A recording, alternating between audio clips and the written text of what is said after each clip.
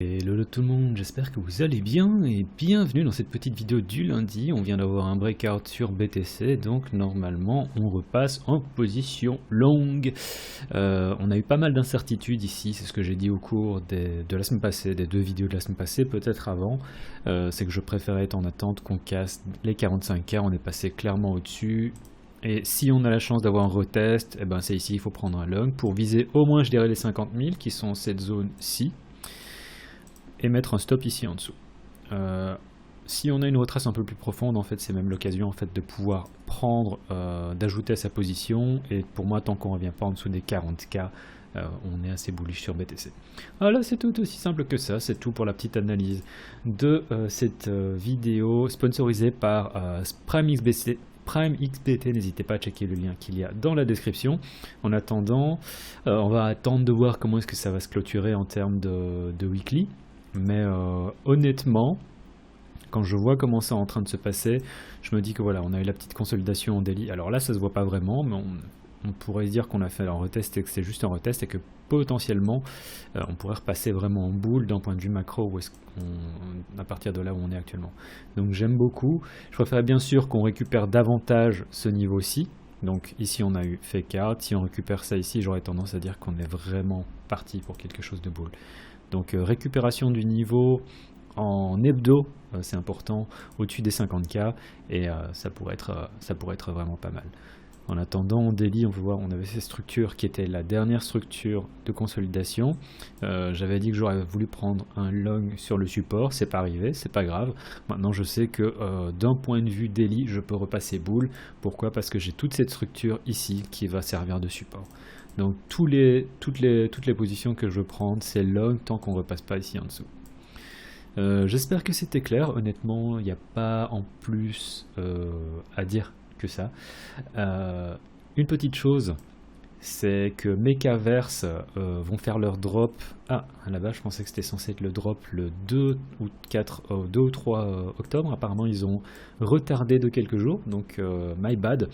Mais Mechaverse, si vous êtes un peu intéressé par tout ce qui est NFT, à mon avis, c'est le drop à ne pas manquer. Pourquoi? Tout simplement parce que vous en avez parlé au cours des vidéos précédentes, par exemple de Galaxy Eggs.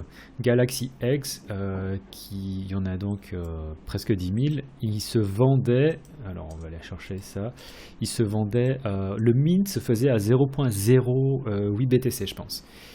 Et aujourd'hui, les eggs, alors tout ça c'est en bid, mais en gros les prix les plus bas directement en vente c'est 0.5. Ce qui fait facilement un x5. En fonction du prix du gaz, peut-être que ça fait un x2, x3, mais un x2, x3 en l'espace de moins d'un mois, en fait, ça reste plus qu'honorable.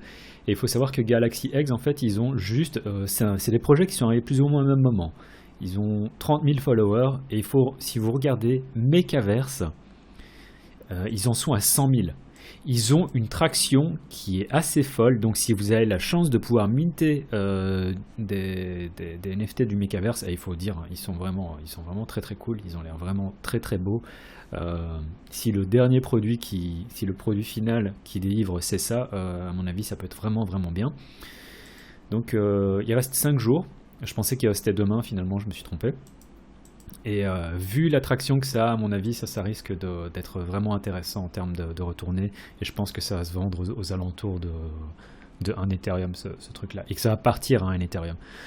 Quand vous avez réussi en l'espace, ils ont mis leur Twitter, ils ont créé leur Twitter en août 2021. Donc ça fait août, septembre, octobre.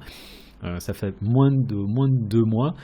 Quand vous arrivez en moins de 2 mois à créer une communauté qui vous suit de plus de 100 000 personnes, je trouve ça assez ouf et je crois que ça vaut vraiment la peine d'être noté. En attendant, en termes d'analyse technique, j'ai pas grand chose à dire parce que pour le moment c'est vraiment BTC qui est en train de mener, on va dire, la danse. On va regarder, on va sortir le chart du mensuel vu qu'on a la vache. Alors il reste... La clôture a eu lieu hier, en mensuel. Et on peut voir comment est-ce que d'un seul coup... Et peut-être que ça, c'est une espèce de gros bull trap. Mais si on bounce à partir d'ici, enfin, il n'y a pas grand chose qui nous empêche de remonter au-dessus de ça. Après, c'est en mensuel, ça risque de prendre des mois, je sais pas. Mais si octobre, et à mon avis, il y a énormément de catalystes qui peuvent en octobre nous faire remonter, ce serait très bullish. À mon avis, là, on a un bottom qui est bon. Je pense même pas qu'on aura une très grosse retraite. Je pense qu'on va très très vite remonter de la sorte sur BTC. Peut-être pas en novembre, quoique c'est pas impossible, je ne sais pas.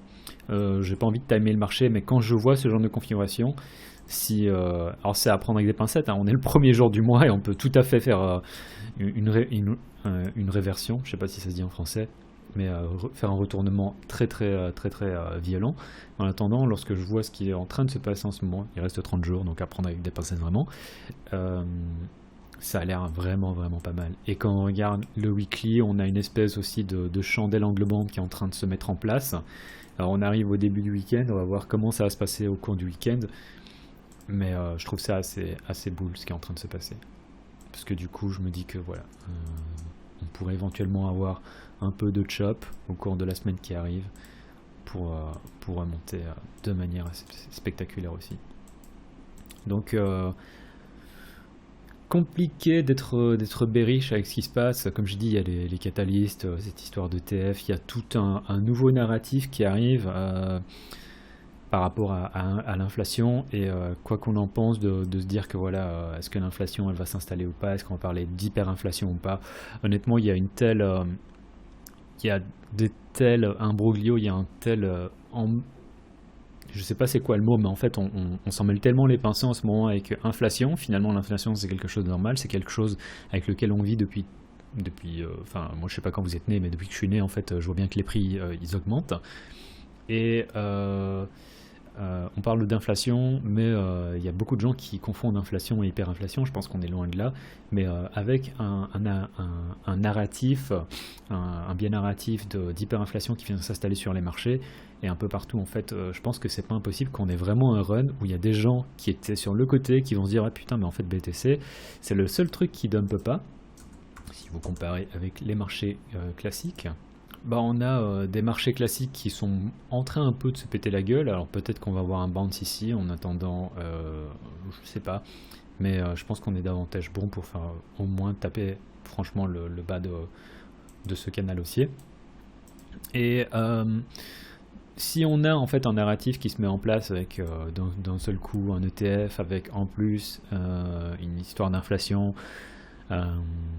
et on a aussi un momentum qui se met en place où tu as des gens qui sont sur le côté qui vont voir que éventuellement leur épargne elle vaut de moins en moins.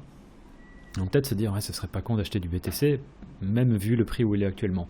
Et ça pourrait éventuellement pousser le prix plus haut. En attendant, Bitcoin, c'est vraiment ce qui mène un peu le marché. Et c'est vraiment Bitcoin qui mène le marché. Et tous les alts sur le côté sont un peu en mode je sous-performe BTC, dans le sens où on peut voir que si on regarde DOT, on est en mode ouais, on est sur support, donc peut-être qu'on peut remonter à partir de là, mais si on casse ici en dessous, à mon avis on est parti pour encore une dégringolade de je sais pas 10, 20%, waouh. Donc si on regarde Atom, la structure de marché qui est encore haussière, donc on pourrait tout à fait continuer à monter, mais ici on dirait qu'on a quand même un top, et je pourrais bien voir ça arriver pour les prochaines semaines. Donc on retrace, et j'ai l'impression que globalement les alts vont se calmer un peu et vont un peu morfler. LTC qui est au plus bas historique, si ça crache. À mon avis, LTC, si ça crache, on va avoir droit à un truc qui va remonter assez vite quand même. Là, je remonte à 2016, hein, avec les mèches un peu immondes ici. Mais en gros, on est all-time high. On a déjà tapé une fois, deux fois. Là, on retape encore sur un support. Je sais pas c'est quel support, mais c'est un support qui est là. C'est le support du all-time low. Et on va dire que tant qu'on est ici en dessous, c'est compliqué d'être véritablement super bull sur LTC. Alors, les gens vont dire oui, mais LTC, ça a remonté. C'est possible. Si vous êtes LTC, c'était un des trucs que j'avais pas de mal à holder, et j'ai holdé ça pendant assez longtemps, hein, avant d'avoir un rebond qui était assez cool. Mais en attendant, là j'ai l'impression que vu ce qui se passe sur BTC, LTC c'est pas impossible qu'il souffre encore plus.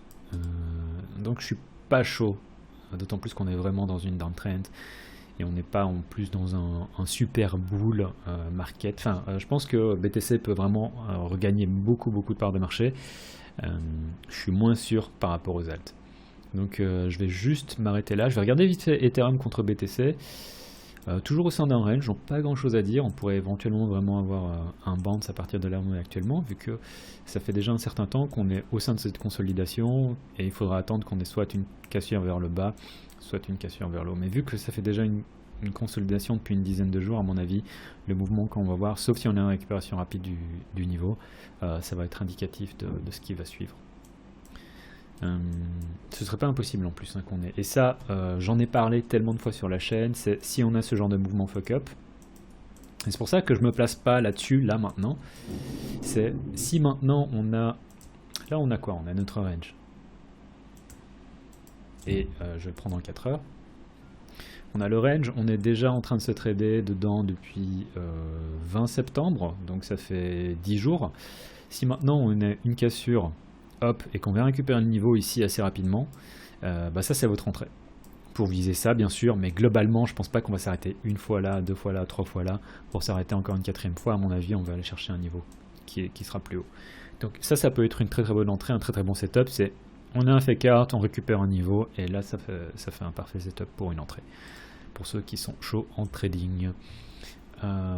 Ethereum contre USD suit également le mouvement, hein, vu que BTC vient de faire un mouvement assez sympa, je crois de l'ordre de 10%.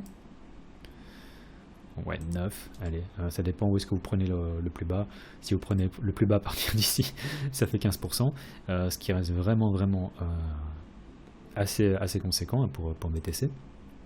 Et Ethereum du coup suit, mais à moindre mesure, vu que Ethereum contre BTC est en train de chuter. Une récupération du niveau ici, je vais regarder vite fait où est-ce qu'on en est. Le plan, ce dont je parle depuis je sais pas depuis qu'on est ici, donc ça fait déjà un mois. Faut être patient quand je vous parle de choses. C'est de se dire qu'on est en mode BTC 2017 sur Ethereum. Et que du coup, si on a un run, je pense qu'on pourrait avoir un run sur Ethereum. Peut-être qu'il prendra du temps à se mettre en place alors que BTC va continuer à monter. Mais à mon avis, lorsque à un moment, Ethereum contre BTC va rattraper son retard et on va voir un giga run également sur Ethereum.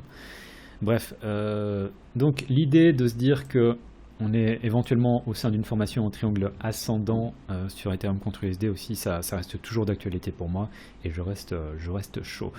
Je vais m'arrêter là-dessus en fait, hein. J'ai parlé vite fait de NFT, j'ai parlé d'Ethereum et de BTC. J'ai pas de news à vous proposer également, c'est tout, c'est une petite courte vidéo pour ce week-end, en espérant que vous aurez apprécié le contenu. Si jamais ça vous a plu, n'hésitez pas à mettre pouce en l'air tout ça parce que ça supporte la chaîne, à checker le lien affilié dans la description de notre sponsor PrimeXBT. C'était tout pour cette vidéo, en vous souhaitant un excellent week-end, c'était grave, tchuss.